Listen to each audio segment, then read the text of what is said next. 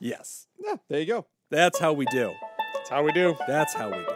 If you're going, you go grande or you go casa.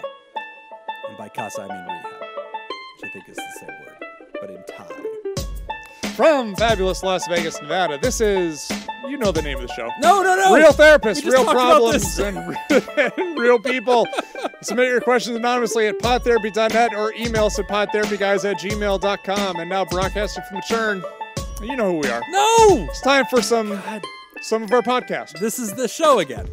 Oh, we're so bad at welcoming new listeners. I hope that there's nobody listening to this who's new.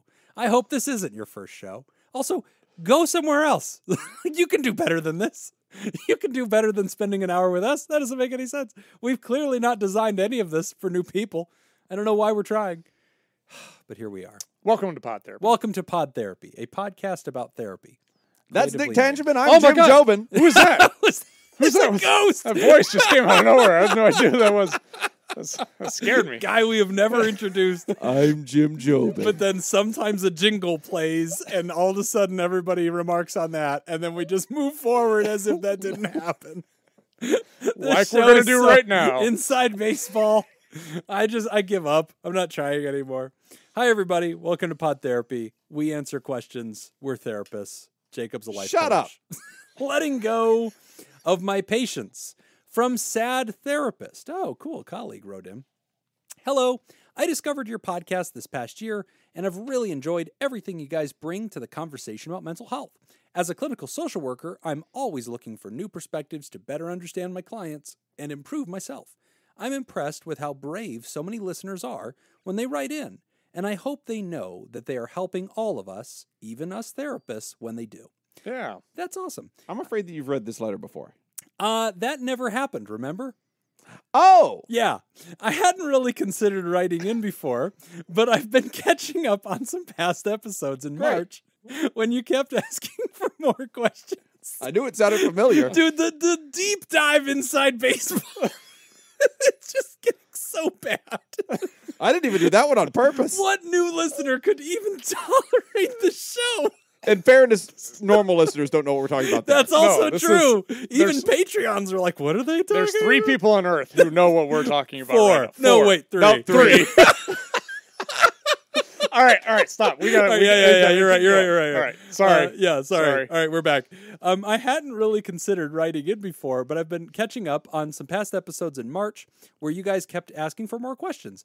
As I'm now in a bit of a professional crisis, it seemed like a great time to reach out. I'm not sure if this is a question or more just a conversation that's worth having, so it's up to you. I found myself in a position where I need to move and have to transfer my clients. And overall, it's been really hard. My husband was offered a fantastic job in the beginning of May and accepted. I'm really happy for him and can't wait for the next stage of our lives. However, this means we're moving out of the state in a month. I started notifying my clients the first week of May, and my last day in the office will be May 27th. Well, we're shit. recording this in July, so we're going to give advice generally. Then Sorry. My bad. Sorry. Yeah, become a therapist Jim's producer. fault. It'll get answered faster.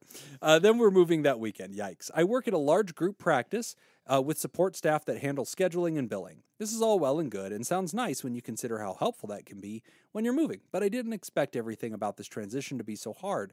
I have about 45 regular clients, and most have been seeing me for over a year.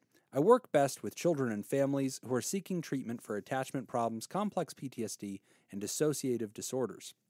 Most of my clients are long-term, and some I have seen from middle school into college. Still can't believe how old they're all getting. I think if all I had to deal with was my hurt feelings and my own grief, this would be easier, maybe. But I also work in a rural area. It's a desert for mental health services. Some of my families drive over 45 minutes to see me. While I have others at my practice to transfer my clients to, most of their schedules are also full, and many are still provisionally licensed. For those non-licensed folks, that means they cannot bill insurance. Most of my clients can't afford cash pay rates. My clients have complex symptoms, struggle to connect and trust, and often come with very difficult parents and family systems. Did I mention I mostly work with kids and teens and take insurance in a rural mental health environment? I'm a unicorn. On top of all that, because of course there's more, I work in Texas. Lots of my teens identify as transgender, and there are histories of recent abortions with some of my clients. I don't know if you keep up with the dumpster fire down here, but it's kind of scary. Not only are clients afraid of their therapist's personal beliefs, but therapists are afraid of legal consequences for doing their job. I love my coworkers and peers in the profession dearly, but I do worry about how these pressures may impact their treatment of my clients. I don't know if clients realize this, but we can get very protective over them. So, let me see if I can sum this all up. Full-time therapist moving in a month has to transfer her complex long-term clients when there is already a lack of resources and access to affordable mental health care in Texas. There have been multiple episodes of the pod I've listened to where clients write in about changing therapists for a variety of reasons. So I thought this may be a new perspective. I thought this, all I have done in session for the last 2 weeks is help my clients process this change and prepare them as much as we can in the time we have. They have been very sad, angry, and upset, but also incredibly understanding and supportive. But isn't it a weird job when you help everyone else process that you're leaving while you're trying to cope with it in your own way too? Don't worry, I'm reaching out to my support system and I'll be very okay, I promise. But maybe you guys could talk about how therapists can transition well and get support during times of professional change. And to all of those clients out there who are sad to see a therapist go, I just want to say that you matter and your importance and progress does not change just because we leave. Your therapist is proud of you and truly wishes you the best, even if they have to say goodbye.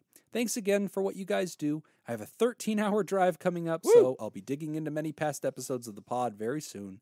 Sincerely, sad therapist. Pronouns are she and her.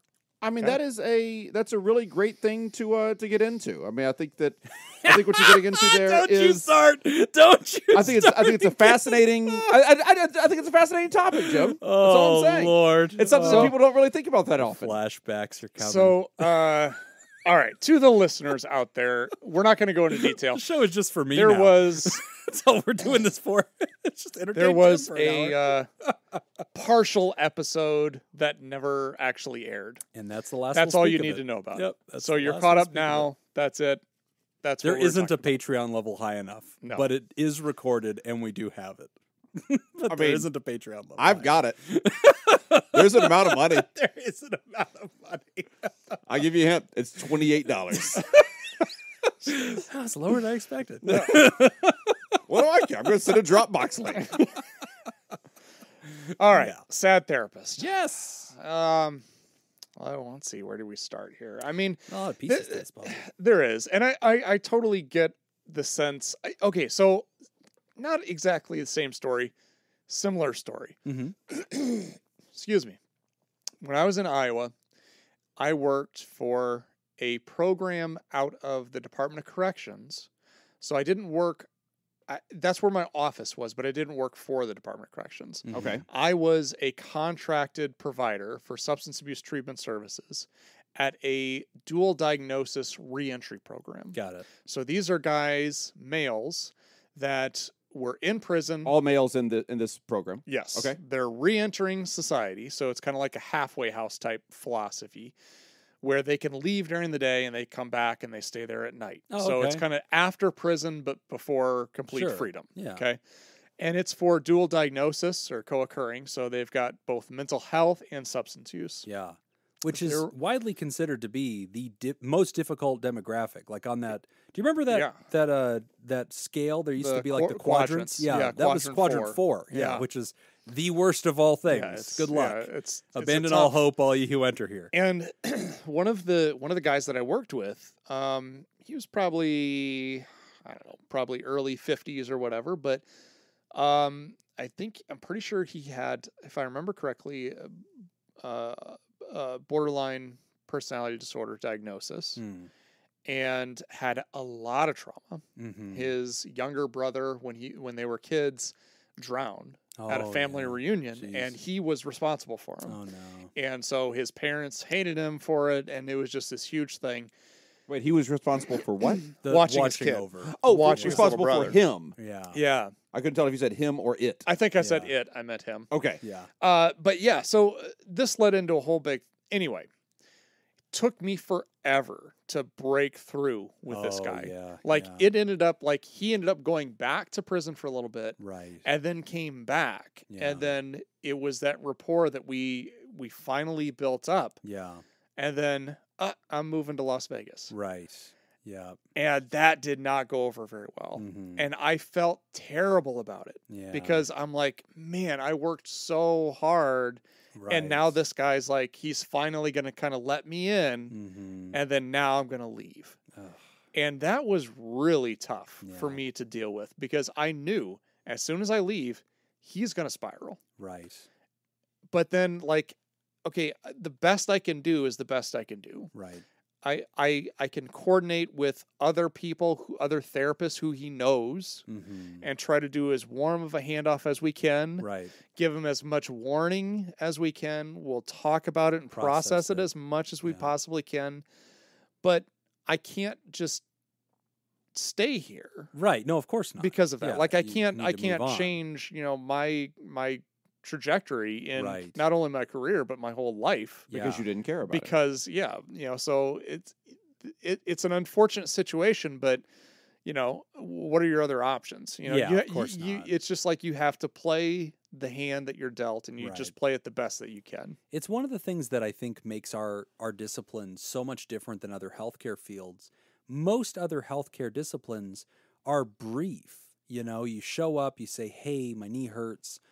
Doc says, "Great, let's triage you to knee specialist." And he says, "I'm a dentist. What do you want "What me are to you do doing about back here again, you drunk?" So like most places, Sir, this is a Wendy's. But yes, we will do surgery. Please lay down on this gurney. So yeah, other healthcare professions tend to have more of a temporary brief approach. We tend to be this one that locks in with you and really gets to know you, which I would argue beyond almost every other healthcare discipline that exists. The bond is more Yeah. intimate, more earned.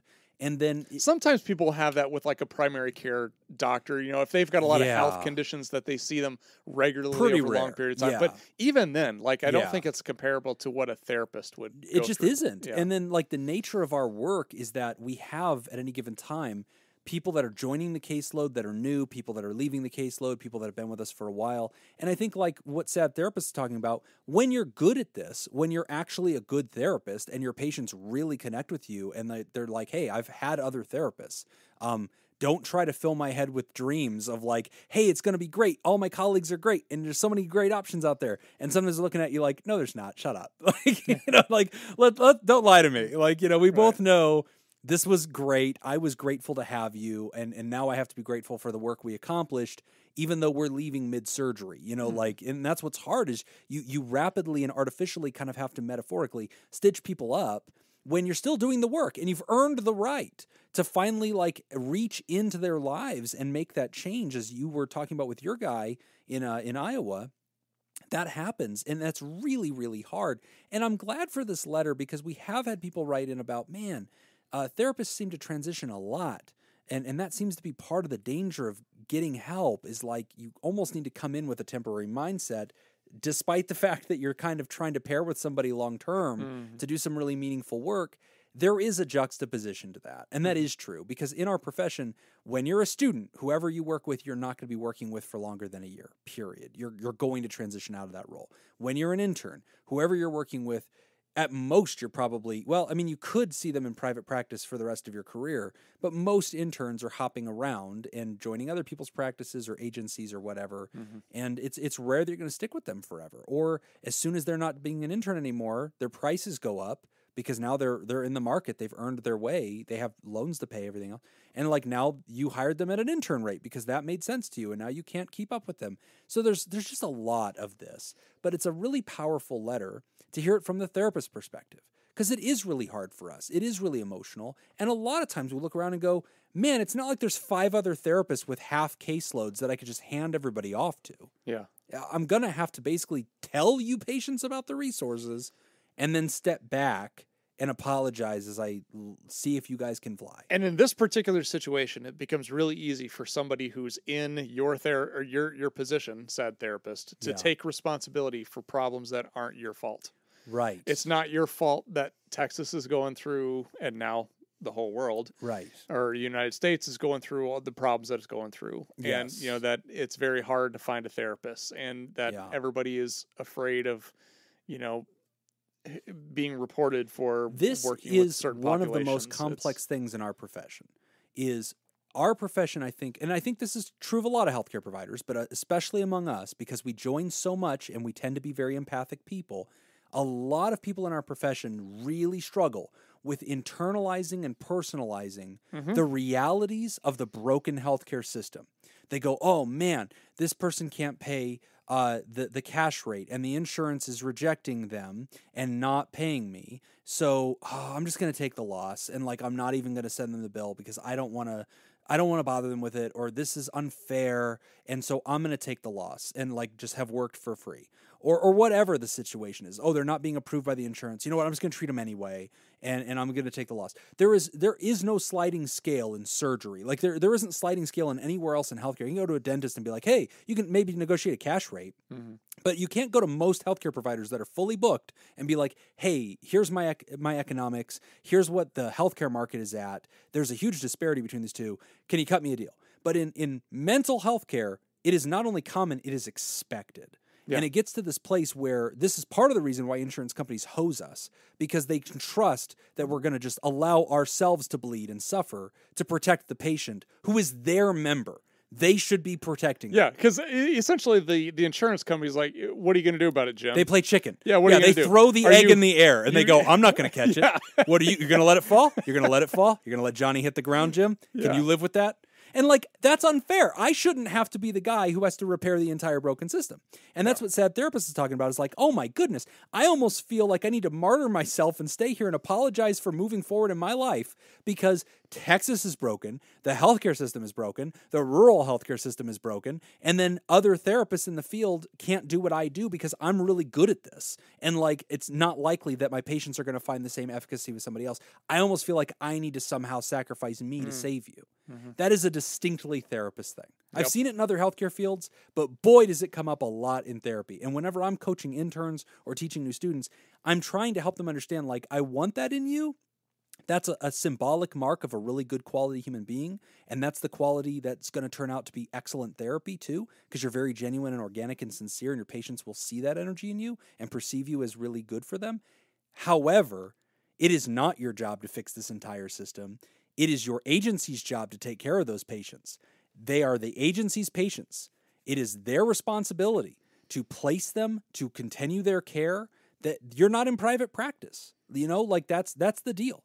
And that's what I tell my interns. Like I tell, all my interns that work under me, they ask me, like when they sign on, they go, so one day we're going to break up. And I'm like, I know, that's fine. And they go, what happens to my patients? And I go, you and I will talk about that, but it is my job to place them. I may decide that they go with you. I have that authority to make that call, but it is Jim's job. I'm the custodian of record. This is my practice. That's how it should be in Texas too. Is ABC therapy, where Sad Therapist works, in theory should be taking full responsibility and have a procedure to solve this problem. The problem occurs though that there just is nothing. Like, yeah, there's a job to do, but there's no materials to build it with. Like, what are we going to do? We just can't place this many people. Yeah. And it's a really hard thing because people just go without care. And this happens all the time. You're doing everything you can because you're a good therapist. Yeah, and you've done everything right. This is what a good therapist does. And it sucks because sometimes it still feels like it's not enough. No.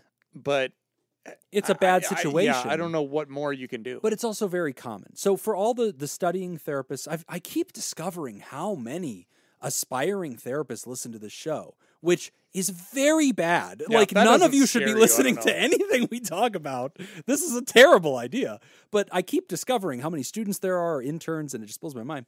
But for all of you who hear the story and you go, okay, I'm going to become a therapist one day, here's the procedure, which Sad Therapist did. As soon as you are aware, and it's certain, you don't ever signal this before it's certain, the first thing you do is talk to your administration, and you say, clinical director, what is our procedure? How do you want me to handle this? What do you want the message to be? Do you want referrals internally? Do you give me permission? You always clarify the procedures first, because they are the custodian of record, and you don't want a divided house. If your people are going to have any chance at continuity of care, you want to keep them in the same clinic. After you've talked to your clinical director and they shrug and go, oh, then you figure out the next step. And so the next step that Sad Therapist did, which is correct, is often as ahead of time as you can, you tell the patients and you tell them, hey, look, I'm going to be transitioning. This is when I expect that to happen. Here's how many times I expect we're going to see each other before then, assuming we keep our schedule. And here's my best effort at a plan.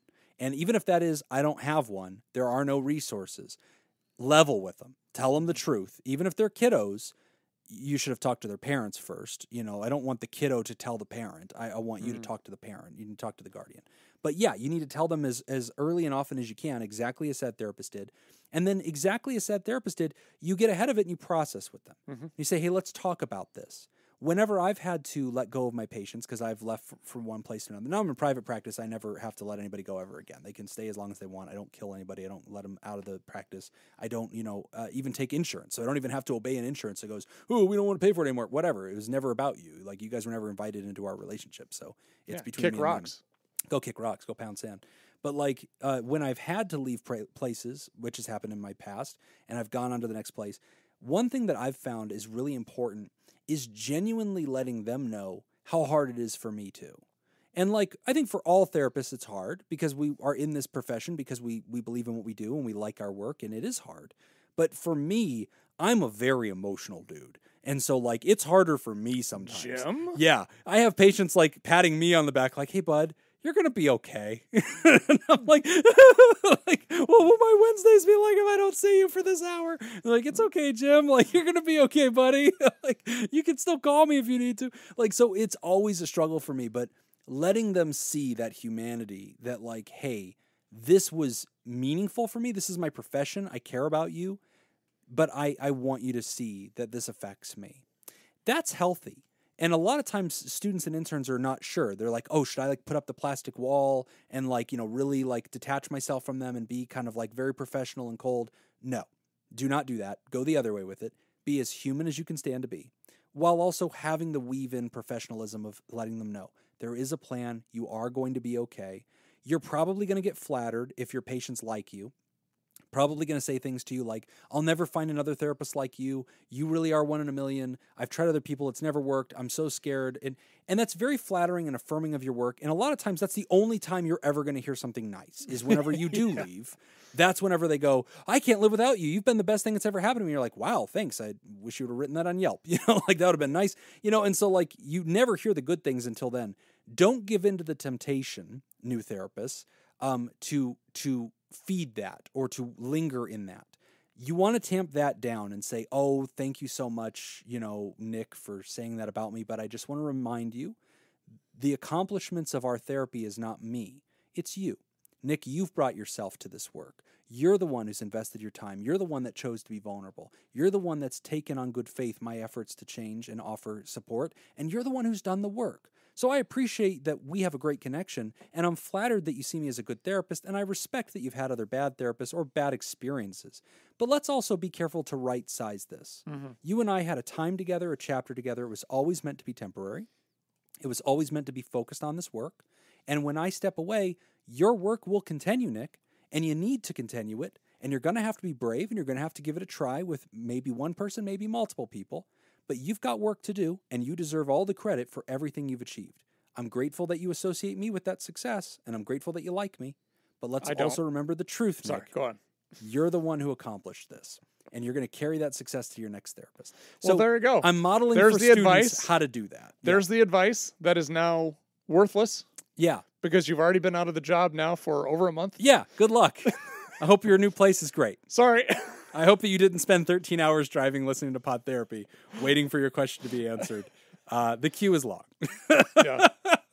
Well, I guess we should start going through them and I guess people need to start writing that's hard. Timely, on their. But then we can't push people to the back. I think we grab them as they come up. It's the most honest way. Except if you're a theraproducer, that we've never lied about the fact that they have an express lane. They paid the toll. Their road has no traffic, so you get bumped up if you're supporting the show because you paid for the show. So somebody should get a little bit of a cookie. Well, sad therapist, Send good cookies. work. Send cookies. People have. Thank you for your work. Thank you for listening to the show. Thanks for a question that allows us to talk about this. It's really important. And hey, you handled it as ethically and as responsibly as you can. But remember my advice, don't personalize the brokenness of the system. You didn't cause that. By the way, there's a lot of embedded nuggets in this question about the very unique complexities of treating especially youth that are dealing with transgender and identity issues. in states where they have very strict laws on that. Yeah.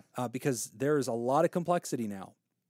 And I've heard about therapists getting accused of conversion therapy for advocating, for the teenager in their gender identity, because the law is written in a very specific way that says you will not influence specific outcomes.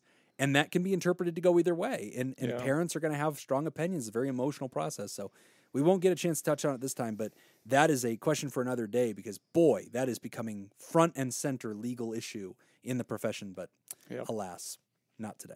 We're going to take a quick break, and when we come back, we're going to talk about supporting a partner's trauma recovery. You're listening to Pod Therapy. Today's episode is brought to you by Smitty Scoop, Jake Schneider, Carolyn Albert, Kevin Chamberlain, Ben Stanley, Byler T, University Jeff, Tess Miller, and Myra.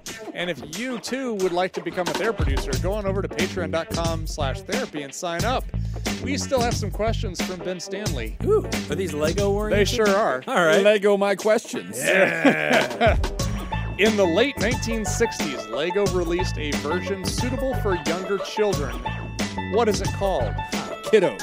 A. Argo. B. Bricka. C. Connex. Or D.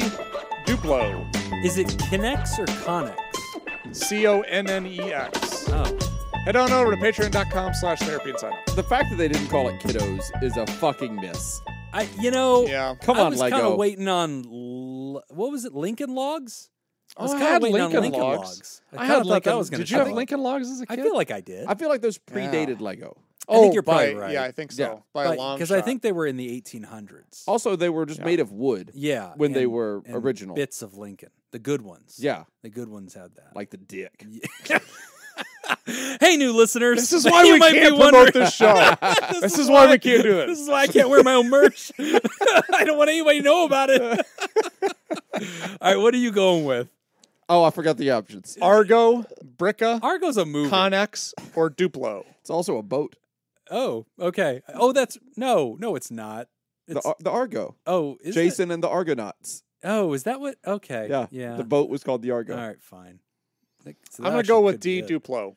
Now, I know that this did exist, but the only thing that I'm thinking of is I'm not sure if this was a separate Yeah, company. some of that these was are like other a- brands that yeah. aren't Lego. Oh, yeah. Exactly. What was the second one? What's B? Bricka, B-R-I-C-K-A. I'll go with that Bricka feels right.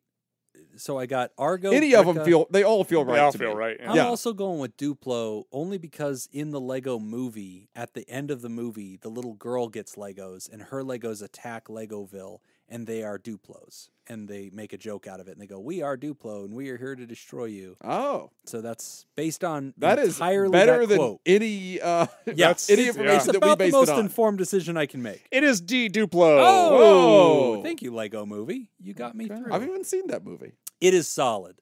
That's good movie. really It's good. funny It is a movie. good movie. Yeah, and also Lego Batman. If you've never seen that, voiced by Will Arnett, that is hilarious. And Zach Galifianakis is the Joker, and that is solid. Anything else about that movie you want to talk about? No, I'll leave Okay. it there. Supporting a partner's trauma recovery. I've been with my partner for over 5 years, and about a year into the relationship, he told me he was molested as a child by his neighbor.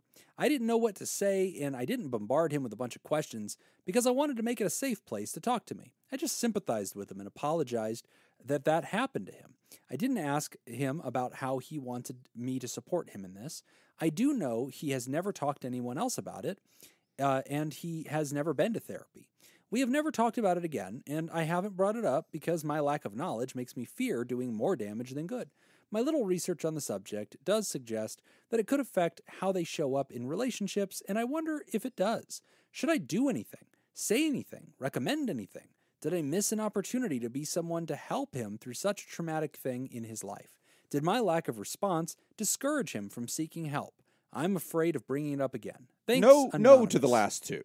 Yeah. You didn't miss a chance and you didn't do any harm. No. I think that was about as kind of response as you can do. Yeah. You know, I mean, you don't want to be overly curious because then it's just Also, it's been a year. yeah. You were with this person for a year before they Oh, divulged yeah. this at all, yeah.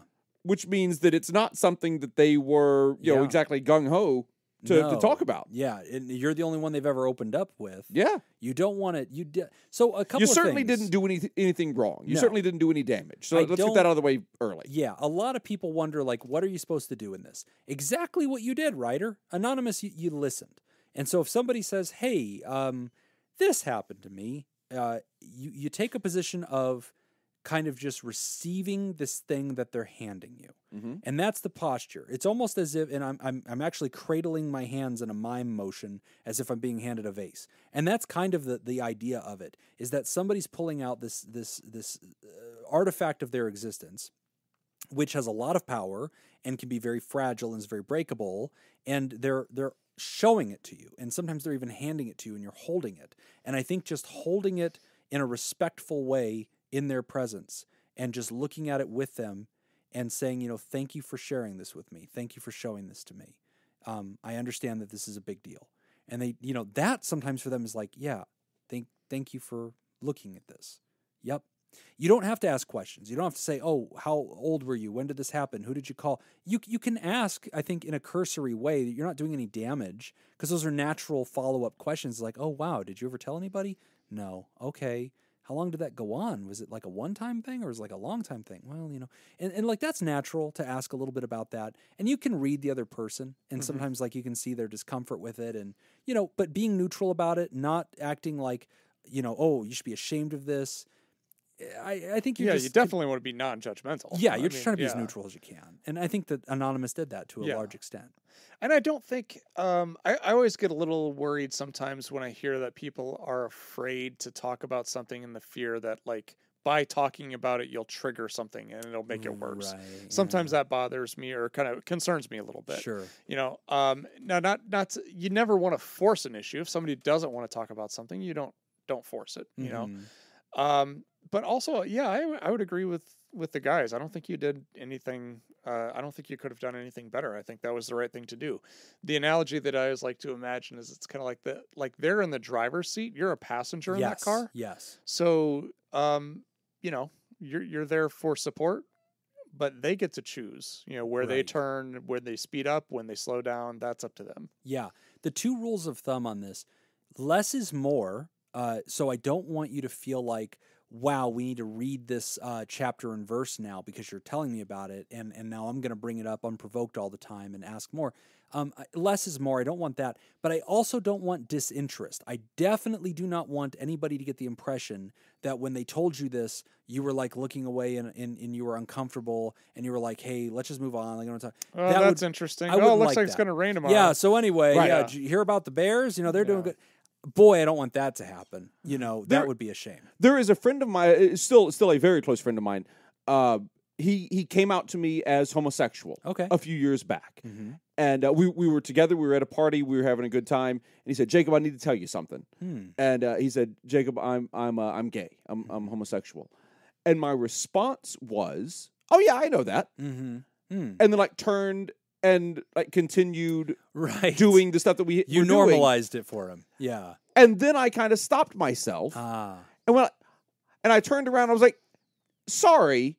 Yeah. This is for you as much as it is for me." Right. What do you want to talk about, buddy? Yeah. You want to dig into this? What do you want to do? Yeah. Now, because that wasn't fair of me to just pinch you off right there. Yeah, I should not have been so dismissive. Sure. So, Ryder, I think you did what I didn't in that case, which was you didn't dismiss it, but you didn't push it either. Right. Mm-hmm. Yeah, when you can get that sense, like in that situation at Jacob's party or in this situation with your friend, when you get that sense in life that somebody is kind of turning to you squarely and about to offer something, and you can kind of see them reaching for the key and they're about to unlock the vault and show you something, I think just bringing attention to it, just bringing full attention to it, reading what they're showing you, showing that you are with them, this is safe to do.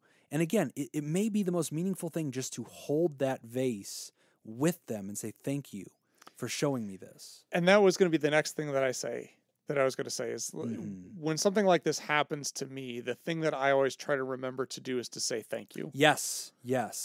because Yes. what they're doing is like they're providing you something. They're telling you a little bit about this relationship that you have with them. Right. You know, that like I trust you, that I can come out with this, that I can say this. Right. And sometimes for them to be able to hear somebody say thank you. Yes. Yeah, thanks for sharing this. Yes. You know, it kind of give, you know, because they're scared. They, you know, like they don't want to release this information, and Right. they're very nervous about any of this. And for them to be able to hear that, like, oh wow, you did this with me. Thank you Right. for telling me. Like Also- sometimes that can be helpful. I mean, just imagine having something like that is pent up inside of you. Right. Just the act of telling someone and it going well. Is so brave and such a big deal. And just imagine the feeling of release Yes. there. Yes. That's huge. It is huge. And that's why, again, just witnessing and receiving Yeah. is such a big deal. I like that phrase. Just it not going badly. Yes, that's a really big deal. And if, yes, I do, you asked in this letter, like, hey, what could I do in the next steps kind of thing. I think it's appropriate if you feel like it, to at some point mention to your friend, hey, do you remember that time you shared about what happened in your childhood? Oh, yeah. I just wanted to let you know, if you ever want to talk more about that, I'm here. And if you don't want to talk about that, fine. I won't bring it up again. But I just wanted to say that to you because I don't think I ever told you that. Okay. And both those options, you know, giving them on that on the table, not asking, hey, do you mind if I ask more questions about that? No, I don't want you, writer, to take that posture. That's a therapist posture. But coming back to what Nick had said about thanking them, a year, somewhere in the pandemic, I had a patient that I was working with, and we started talking about some big trauma stuff. And it was a big deal for this patient to open up. It was similar to that patient you were talking about in your last question, where it took a while. And so this patient had shared with me they'd worked with other therapists in the past, and you know never really had hit it off. And here we were marching along. We had really finally gotten to this place where I was wondering almost every day, like, am I doing this right? Like, because I still don't feel like we're going anywhere. I'm really trying to help and facilitate.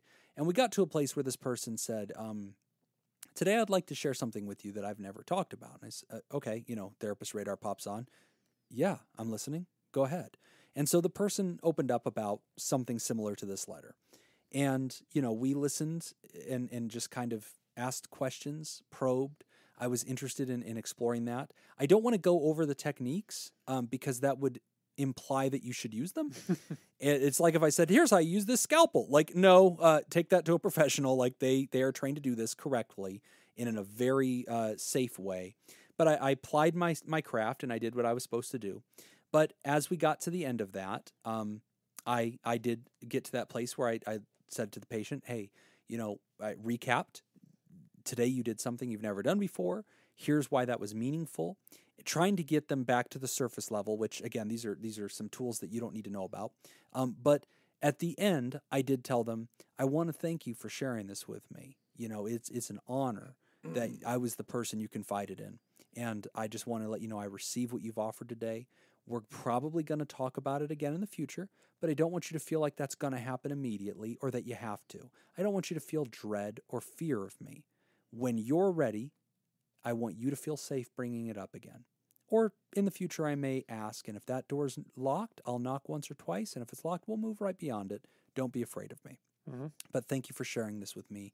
I'm really grateful that our relationship has gotten this strong and that you took today's risk. And I think, and I also warn them, this is a little bit more therapist-y than the writer needs, but I also warn them, hey, when you open up about something like this, you're going to feel some echoes. Afterward, you're going to feel things. You're going to feel weird. You're going to feel vulnerable. You're going to feel like, oh no, did I do something wrong? I feel a little bit awkward, like now I'm second guessing. You're going to run through in your head, what did I say? How did I say it? You're going to overthink how I responded or didn't respond, or faces I was making, or body language I was showing you. You are going to feel raw and exposed after this. Sometimes relieved, sometimes terrified. Whatever you feel, that is entirely normal after talking about trauma, especially for the first time. And I just want you to give yourself permission to feel that and remember that I told you that was going to happen. Don't overthink it. So I always tell patients that, and I did in this case, but then I also thanked them. Well, fast forward, I don't see this person for a little while, which I expected. Sometimes, you know, and I was seeing this person multiple times a week, and then suddenly didn't see him. And I knew, okay, yep, that's to be expected. They're breathing. And then eventually they came back. It wasn't long, it was about a week, but for them that was about 3 sessions of time. Usually I'd see them about 3 times a week. And so this person comes in about a week later and says, hey, great, here we are talking. And so, we just catch up. How's your day? How's your work? Catching up, kind of go along. And then we kind of get to about the last third of the session. And the patient says, so I wanted to talk to you about what we talked about last time. And I'm following their lead. I'm like, great. Yeah, what's on your mind about that? Well, that was the first time I ever talked to that about with anybody. I said, yeah, you kind of alluded to that, and like I said, I was honored. And they kind of smiled. They said, yeah, that's what I want to talk to you about. It was very weird that you thanked me. And I was like, okay, tell me more about how that felt. And I'm not defensive about it. I don't care. At the end of the day, I did the best move I had. Right. And then Jim said, thank you for thanking me. Thank you for thanking me. and thank you for acknowledging my thank you. For thanking me again. So I said, okay, tell me more about that. And they laughed and they said, well, when we hung up, all I could think about was, well, that was fucking weird. And why did he thank me? That's a silly thing to do. It doesn't make any sense. If you don't want a weird response, you shouldn't tell Jim things. Yeah, don't tell me things then. But the patient kind of laughed and said, I kind of stewed on that for 2 days. But then I thought about it more and I thought, what the fuck could he have done? What exactly were this dude's options? And so the patient said, I thought more about it. Exactly. Well, anyway, get the fuck out. And so the patient thought more about it. That's our time. The more I thought about it, the more I realized this ain't your first rodeo. You've done this a lot.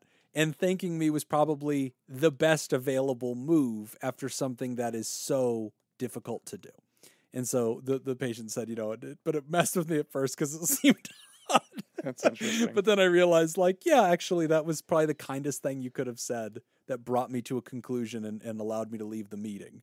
And that was useful. So anyway, but Ryder, you did everything right. Mm-hmm. You really did. And when it comes to talking to your friends about trauma, I know some people are scared to do it because they think, oh no, I'm going to cause damage.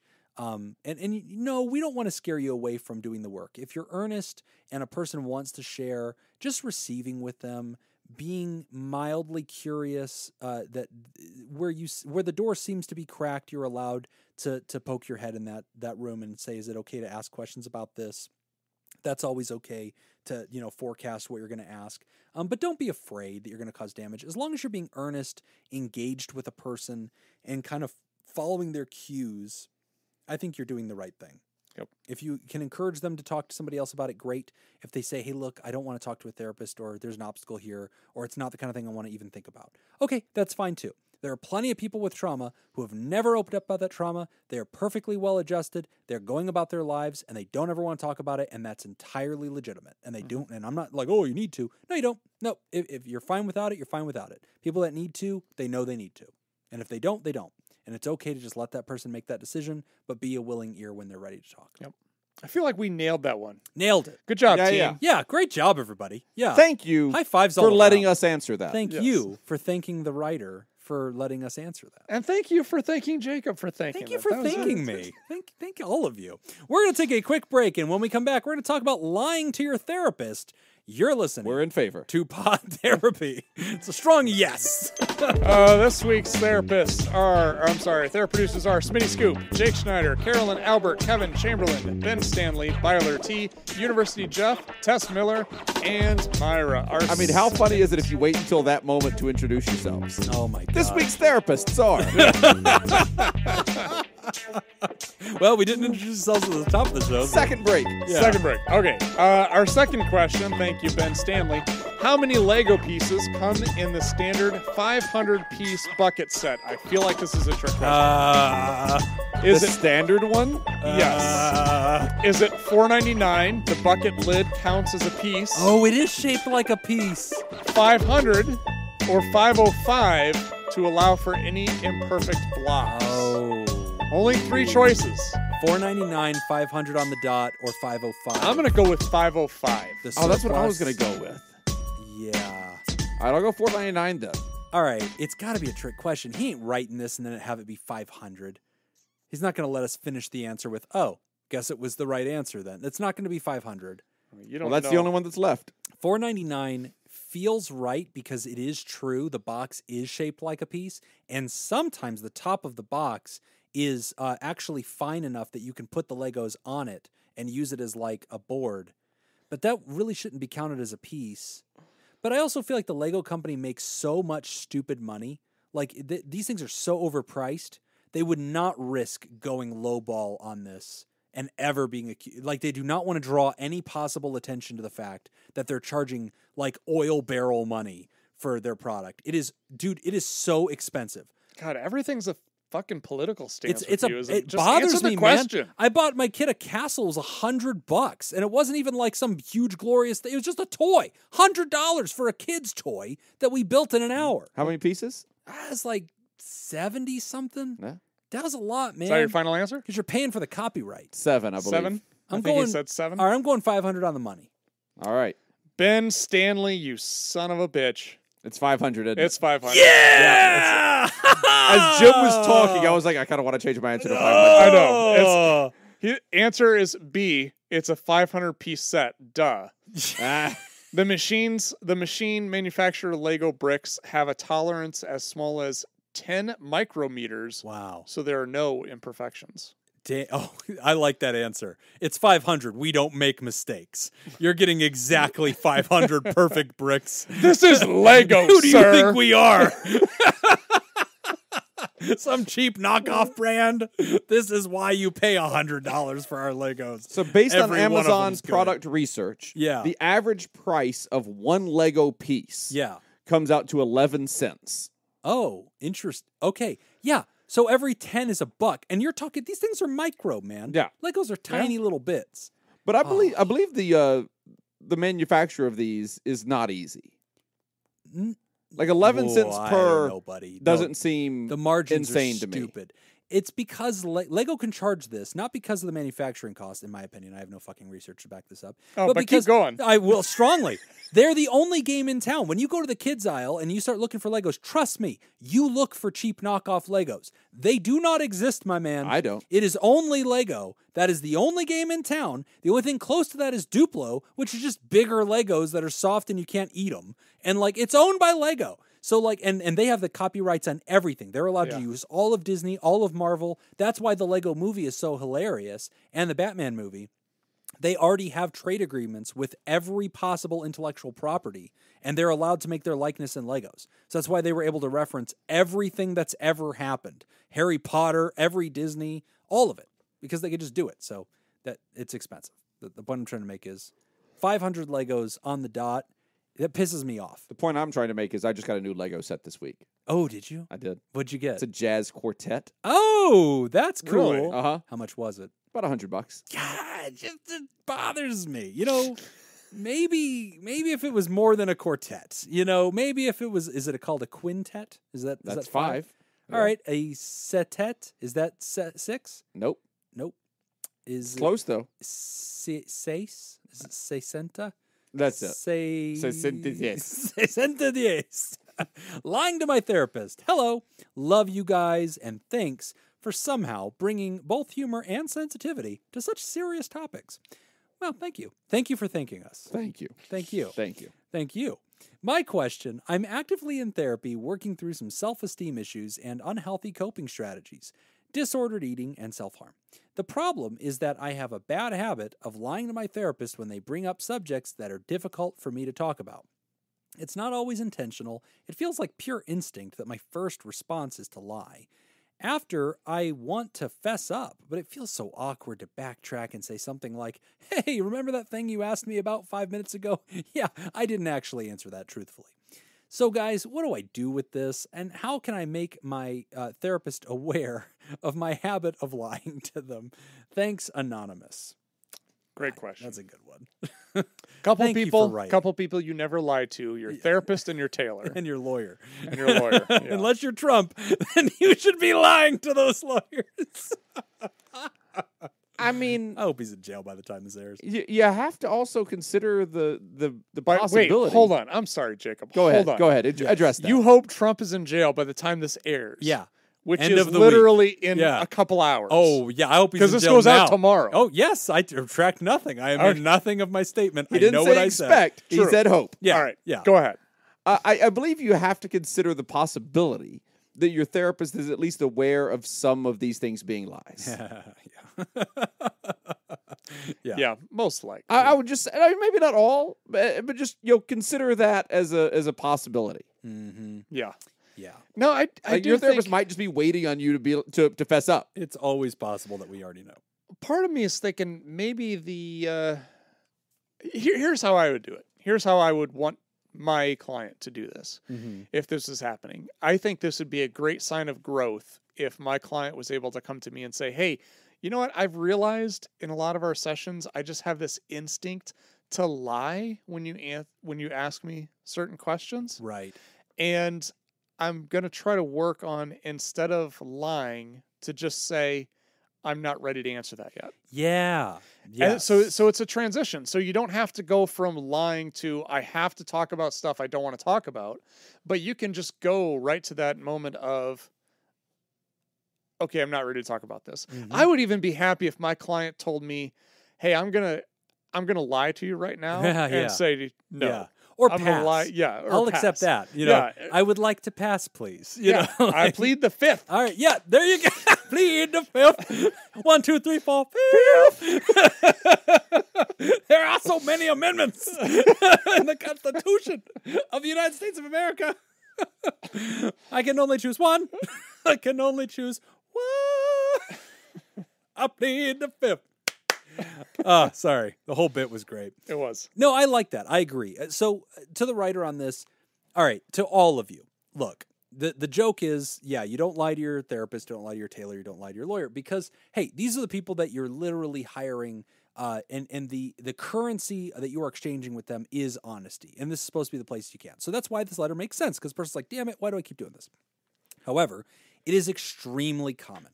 And I have patients all the time that will circle back around later on and go, yeah, this thing happened. And I'll go, oh, yeah, because I remember that one time I'd asked about, I think this, and I think you had kind of said maybe not.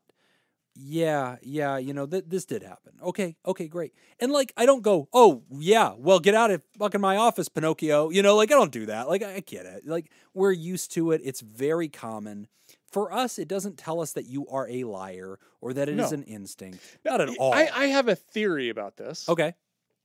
And I could just, this is just not even a theory. This is a hypothesis. Ooh. That I'm pulling directly out of my ass. Yes. Okay? Those are the best so ones. I could be completely wrong about this. Yes. But a hypothesis ass. I think part of this might have to do with how the individual sees their relationship with their therapist. Okay, yeah. If I see my relationship with my therapist, if I see my therapist as adversarial, you might be more likely. I might be more likely to lie, or may be more likely to have that instinct to guard and protect the information that I have. So my first instinct when my therapist asks something is I'm going to lie about it, the same way that I would be if I was talking to my probation officer. Right. Yeah. This is an adversary. They're not working with me. Yeah, they're trying to help, but they're also not trying to cut me any deals. Yeah, exactly. Yeah, so it's kind of maybe that may be part of that relationship that maybe you can take a look at and just kind of see, you know, like, is this something that maybe we need to? Yeah, that's a good theory. We need to do some trust activities. You should trust your ass more often. Yeah, it's pretty smart. Yeah, it got me through high school. Yeah, it knows what it's doing, that one. Yeah. I trust whatever you pull out of there. Magic. I'll put it this way. Nick never had to give up cash or grass to get a hitchhiking ride. Let's just say he rode, but not for free. Yeah. The IQ of his ass is high. His ass has a higher body count than COVID. So, all right, back to this thing about lying. I think that what I would want you to do is I would want you to kind of go with it how Nick presented it to you. Like, hey, sit down with the therapist and go, look, sometimes there's topics we talk about, and I just naturally steer away from the truth. And I don't know why. Sometimes it's not even that big of a deal, but I just instinctively do that. And I just wanted to let you know. Bring that up. It's something your therapist will chuckle about. They'll say, yeah, you know, that happens to a lot of people. And they might even call you out on it and go, well, I was wondering about that. Like, because you kind of said this, and I wondered if maybe that's not the whole story there. And so the therapist will also coach you about when you can signal, maybe I don't have an answer for that right now, or pass, or plead the fifth, or even make a joke about it when they ask something you're uncomfortable with. But they'll also probably encourage you for that vulnerability because, look, at the end of the day, writer, I'm going to pressure you to try to reach for that honesty because for me as a therapist, boy, does that screw up my work really fast, especially with some of these coping strategies you're talking about, self-harm and eating disorders, because I'm going to ask probing questions that might seem kind of, you know, not interesting to you. And so you're like, yeah, whatever, he doesn't need to know that. but I kind of did. And I was really gathering data to understand the severity of something or think about certain interventions about whether they would work or not, but then you didn't give me that clue, right? And so then I'm like, oh, like for instance, if I'm just pulling up an idea out of Nick's ass, one way that I could see this is like you say, oh yeah, sometimes I self-harm, and I say, oh, whenever you are feeling stressed, is the pain relieving to you? Is it like a way to lose track of the thought and focus on something else? Or is it, what is that? And if you lie to me right then, and if that was the case, but instead you say, no, I don't really know why I do it. It's just, I saw it on a TV show, and so I just do it sometimes. It's not really a thought. Okay. Well, that now changes the entire list of alternates to self-harm. Your trajectory. Yes. Yeah. Now, I was going to suggest, let's hold an ice cube. Let's talk about these other things. Let's appease that part of your brain and more productive. Okay, well, that folder's closed. And now I'm going with another way, which is, okay, so like what show influenced you? Was it 13 Reasons Why? Like, let's start talking about this. Now I'm going on a whole nother rabbit trail. Which is your light suggestion, and I was wrong.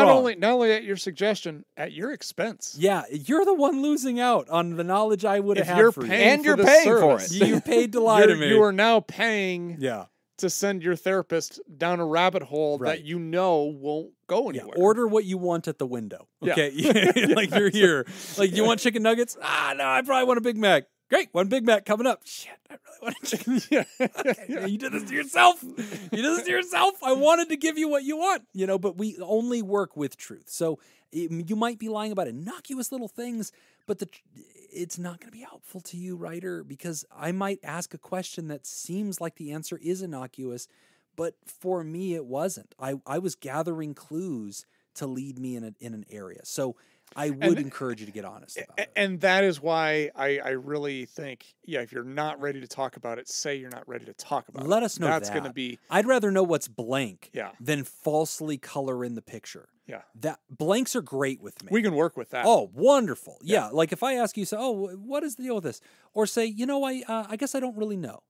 Okay, fine. Maybe I'll ask a follow-up, or maybe we could have at least gotten to a place where you can say, Jim, pass, I guess. Okay. And then 5 minutes later, you might go, yeah, I remember that question you asked. I don't know why I passed on. I've had time to think about it. Here's what I do. Whenever I do this, I feel the sensation, and I guess that's how my answer is. Okay. Or saying like, I need to think about that further instead of lying. Like, that's great. But also the tendency to just passively and naturally lie itself is notable. And you should talk about that with your therapist anyway, because that's as interesting as some of the other things. Like, this is a natural behavior that you're doing. You should talk about that, right? Because that could also cause you distress in life. Yep. We don't want that, right? And we want to talk about why.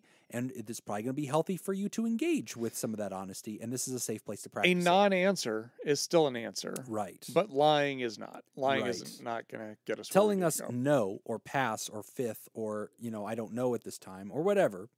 That's fine. We'd rather you reveal the discomfort than pivot so naturally from the discomfort into deception that we never even know there was something there. That doesn't help us. It also could cause us to think there is something there when there wasn't. And like you said, like, I don't know why I lie about some of this stuff. Like you asked me like, oh, did you like Arby's for lunch? Oh, yeah, it was great. And the truth was, no, I hated it. I'm never going to go back. I actually wrote them a terrible liar. No one likes Arby's. All right, yeah, I knew you were full of shit. Like Arby's, that was a trick question. So like, yeah, if you find yourself lying about things that are innocuous and do not matter, okay, are you people pleasing? Is that a thing? Let's dig deeper, right? But your therapist wants to know. So you asked, how can I do this? Our answers are come in ready to talk about it, top of agenda, let them know, or hold yourself accountable. Send them an email, send them a text if you have that access and say, hey, there's some, when I get back into the next session, I'd like you to ask me about lying. It's something I need to be held accountable on. Send. Done. And once that's out, now they're going to bring it up and go, hey, I got your message. You had mentioned you wanted me to ask you about lying. What's up? What's on your mind? And just bring it up exactly as you did in this letter. Trust me, they're not going to be mad. They're going to say, oh, okay, well, thank you for telling me that. In the future, here's how I'd like you to deal with that. Or here's how I'd like us to come up with a code word. Or do I have your permission to ask again if I think that maybe something you said wasn't accurate? Would you be offended if I did that? No, actually, thank you. Yes, you do have my permission to do that, and I won't be offended. And hopefully I get better and more comfortable at it. Okay, great. That's what we're here to do. We're here to do the emotional yoga, right? And that includes pushing through the uncomfortable things that you're naturally lying about. So great question, writer. I think a lot of people do it, but don't lie to your therapist. But thank you sincerely for writing in. That's 3 questions we nailed. Oh, God, we're so good at this. Yeah. You know what? 236 episodes in, hitting our stride. Finally Aged got it. like wine, this show. I hope people skip the first 235. I hope this is the one they start with. Now I the really one where we didn't regret- even read the intro. I regret Yeah. not doing the intro now. I kind of wish I'd have Damn said. it. I kind of wish I'd have said what the show was. Yeah, maybe even the title of the Yeah. show. I mean, boy, we just... Nope. Oh, No. well. Well, we've reached the end of this godforsaken episode, and we want to thank all of you who make the show possible, especially the new people who have joined us at patreon.com/therapy. Tell us about the newbies, Nick. We got Brandy Little Brandy Little's with joining us. us, our new therapal. Welcome to the team, Brandy. And we got a new theraproducer, What? Darren Cunningham. Hell yeah, Darren Cunningham. The Darren Cunningham. No, not the Darren Yes. Cunningham. Of Cunningham and Cunningham? Yes. And Cunningham. Yes. Oh, shit. Wow, we're rolling in them big monies now. Thank you, Darren, for showing up and supporting us. And thank you for joining the bosses, the mysterious and shrouded Illuminati members of the fan club, those sacred theraproducers. We talk about Smitty Scoop, Jake Schneider, Robert Brownie Jr. Mint, Kayla Lansbury, Judy Schneider, Nathan's Hot Dog Scoop, King of Student Loan Debt, Dr. Ben Don, Crazy Banana Scoop, Mason Miller, Carolyn Albert, Leon Kassab, Kevin Chamberlain, Malia, Richard Macy, Cindy Ash, Newstick, Lord Colin Stewart, Dirty B, Ben Stanley, Sammy Scoop, Sarah Smith, Adam Hathaway, Byler T, University Jeff, Tess Miller, Take It Evie Podcast, Paris, Myra, Lib, and now Darren Cunningham. And if you'd like to hear this episode uncut and You're unedited doing fine without it. and want to get in You don't on all need the to get in on inside this. jokes and enjoy our spontaneous art projects, go to patreon.com/therapy. And thank you for supporting mental health. That is all the time that we have for this week's session. We want to thank our landlords, Matt Mattingly's Ice Cream Social Podcast, and thanks to all of you who support the show by writing in. We really appreciate it. Remember, pod therapy doesn't have to be something you keep all to yourself. Sure, actually, yeah, it should be. And you know what? Never mind. Don't worry about it. We're not on social media. We don't have a website. None of this actually exists. Don't tell anybody about it ever. Patreon.com/therapy if you want to give us money and access more content. And do you want to submit a question to the show? Ask anonymously at podtherapy.net or email us at podtherapyguys@gmail.com. I'm Nick. I'm Jim. Thanks, and we'll see you for your Thanks. appointment next week. Thanks. Thank you. Thank Thank you. you. Thank Thank you. you. Thank you. Thanks, everybody. Thank you. Thanks. Thanks. Thanks Appreciate to it. all Thank of you. Thanks to the Academy for nominating And us. thank you. And thank you. Hey, you in the back? Thanks. Not you. Not you. The guy next Shut to you. up. You shut up. Thank you for saying that. But thank you. But you shut up. You know who you are. Shut up. Shut it. You know what? Do not thank that man. I take it back. I'm not. I am unthankful. Bye.